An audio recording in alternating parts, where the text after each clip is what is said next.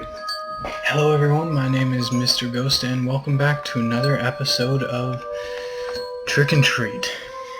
This will be our third episode, so I hope you guys like it and just hope you enjoy. Let's get in here. I lose consciousness on the ground of the forest without knowing what was going to happen to me.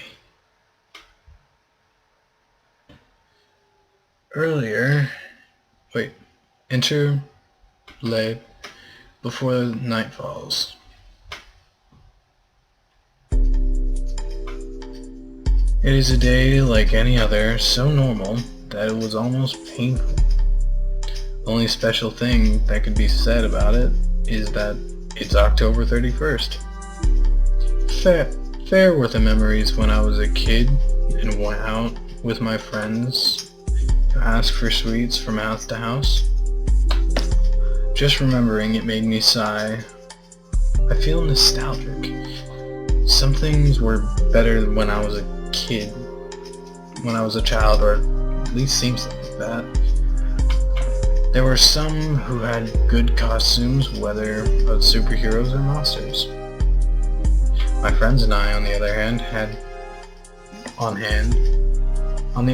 had to use our imagination. Creativity was our costume, you could say, no matter how funny it could sound. I remember my mother once painted my face red and told me, "You will be the devil."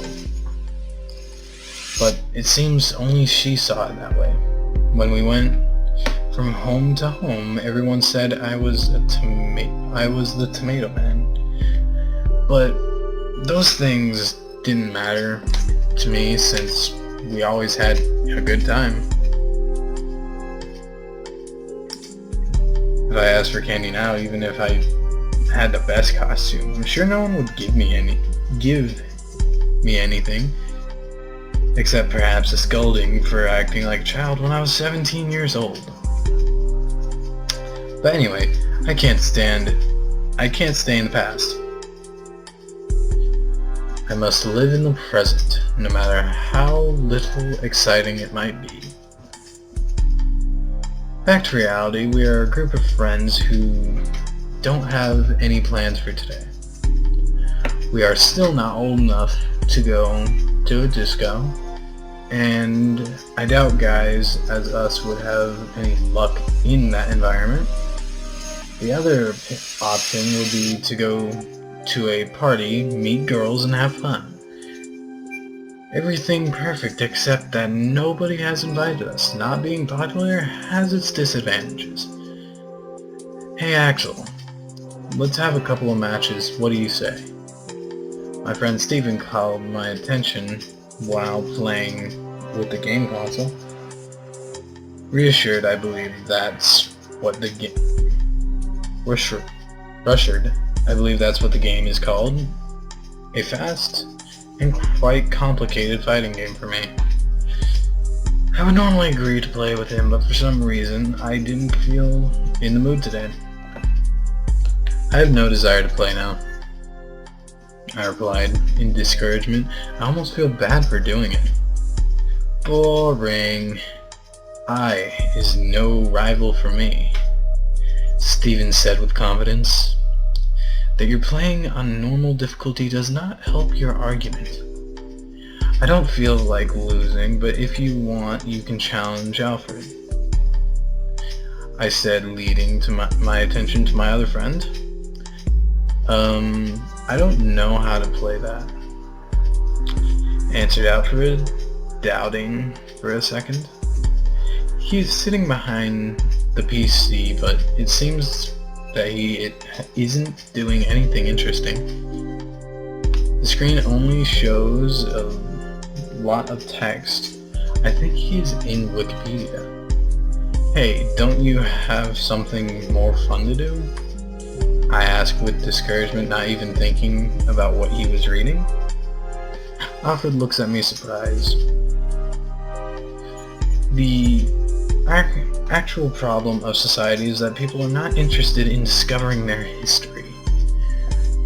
He is one of those pseudo-intellectuals always looking for any rare information to appear smarter than others.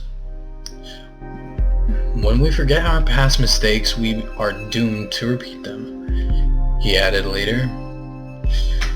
What are you talking about? This village is small and its story is not interesting at all. Nothing outside of the normal has ever happened in it. Alfred laughs mockingly after hearing that. Your ignorance is worthy of praise. He pauses, filling his chest with pride. The very fact that it's a small town is the reason it is full of mysteries. Did you know that 20 years ago on this date a man disappeared? So, what about it? I ask without being impressed or even interested in the least.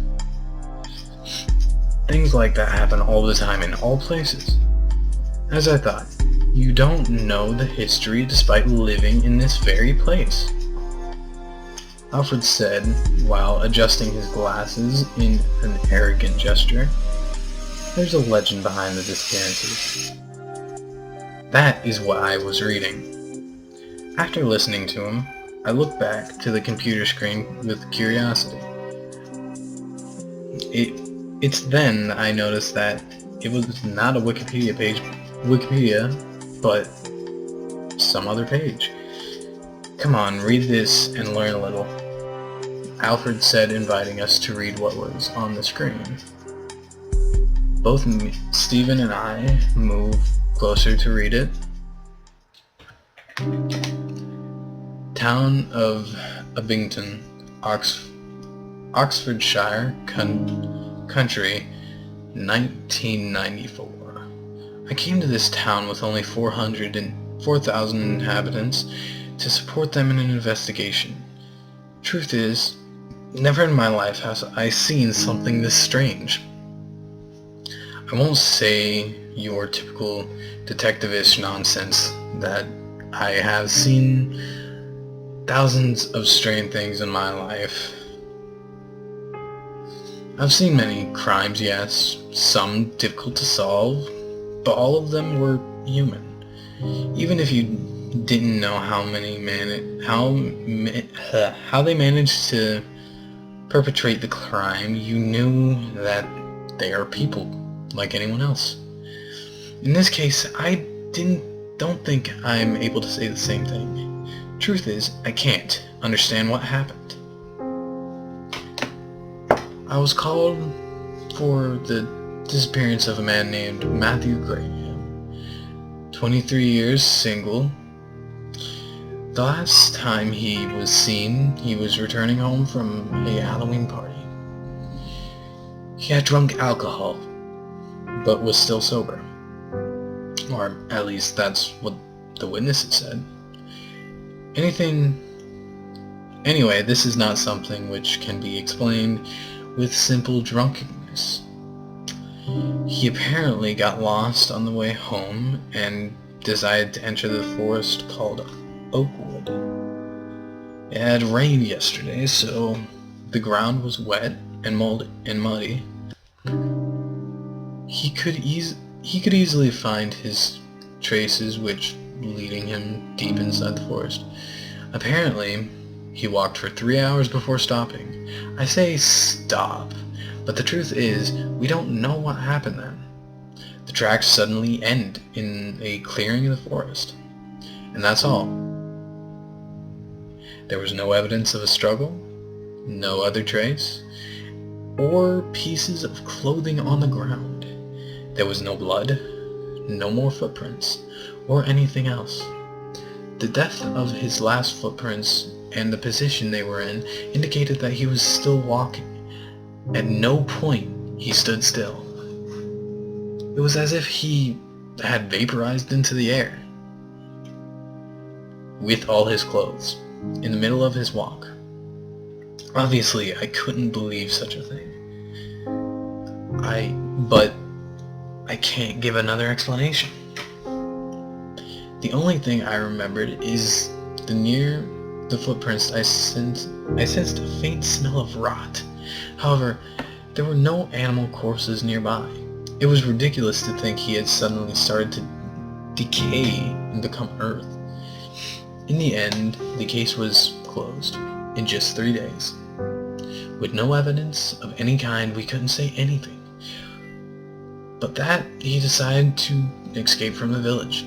However, while officially there was no more to do, I couldn't sleep in peace. Thinking about what could have happened to him took away my sleep. In my mind, I thought all sorts of theories. Maybe everything was a plan developed by Matthew, but in the end, they all seemed impossible. I decided to investigate more on the issue.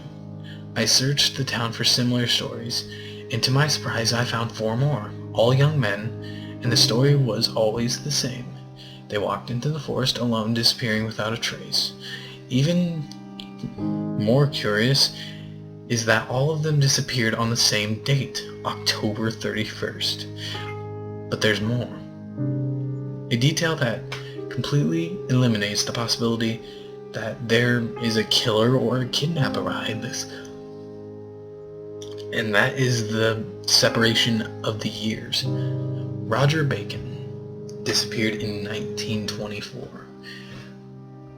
Mitchell Smith disappeared in 1867. Jason Black disappeared in 1813. And worst of all, Oswald Tyler disappeared in 1707. It simply couldn't be possible. My curiosity led me to dig deeper. I thought that the answer may be in the past of the forest.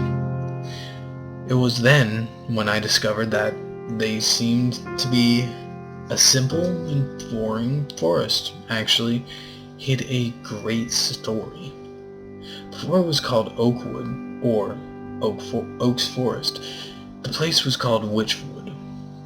The word witch has a huge similarity with witch.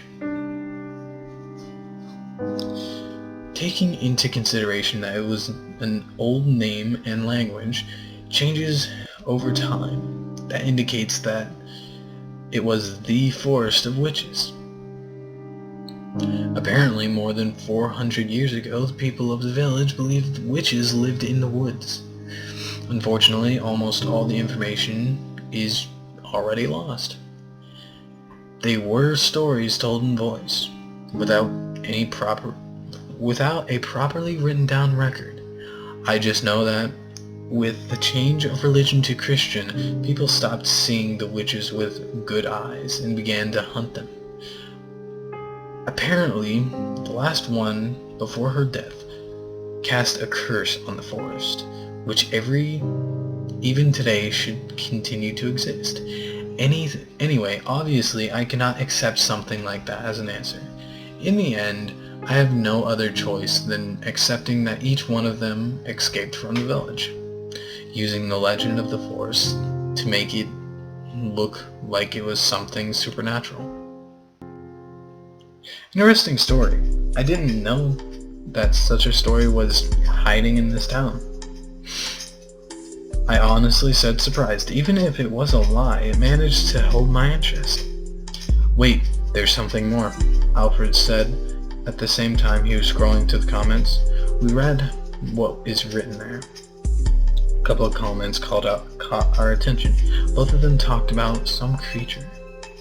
At the same time, they felt a horrible fear from what could happen to them. Well, the 2 comments shared great similarities, but they could have been written by the same person.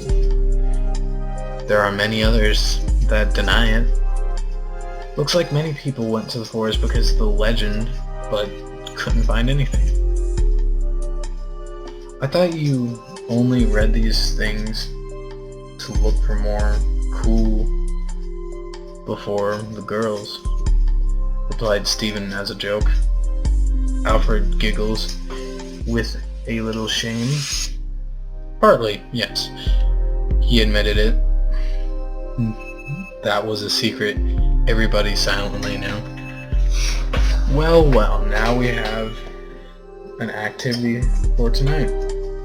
Stephen said at the same time he was making a face overflowing with enthusiasm. What? I asked, completely lost. I thought we were just killing time. Simple. Let's go to that forest. Stephen replied without hesitation. He seemed really fascinated with the story. Are you insane? Said Alfred, unable to believe he had just heard what he had just heard. You really need to look at his face to know he did not like the idea. Despite everything you've heard, you want to go. Of course, it would be a test of courage among us three, replied Stephen, full of confidence. Perhaps too much. You should relax a bit. Don't tell me you're afraid. No. Why should I be afraid? Answered Alfred. At the same time, he folds his arms, making a false gesture of security. It's more than obvious that you are afraid, Alfred. Almost as much as when you have to talk with a girl. And what about you, Axel? Don't tell me you won't come. Suddenly Stephen asked me, at the same time looking at me mockingly. Don't tell me you want to be the chicken of the group. I hate the tone of voice he used. I will never give you that, I said without thinking, showing a confident smile and looking. Well, let's not say more. Take your coats, backpacks, flashlights, and some food. We're going to the forest. Stephen said, full of energy. Yeah! We three said in unison, as if we were going to some kind of private party. Not really knowing what we were doing or what we were going to find. Okay, guys.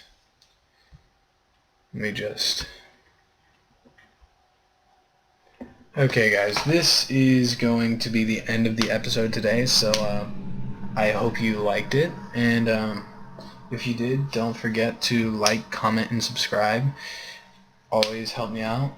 If you know the whole thing that all the other YouTubers are always talking about, if you subscribe, please hit the if you feel like it, feel free to hit the bell icon to get notifications of whenever I post videos. So anyways, see you guys next time in the next video. Bye.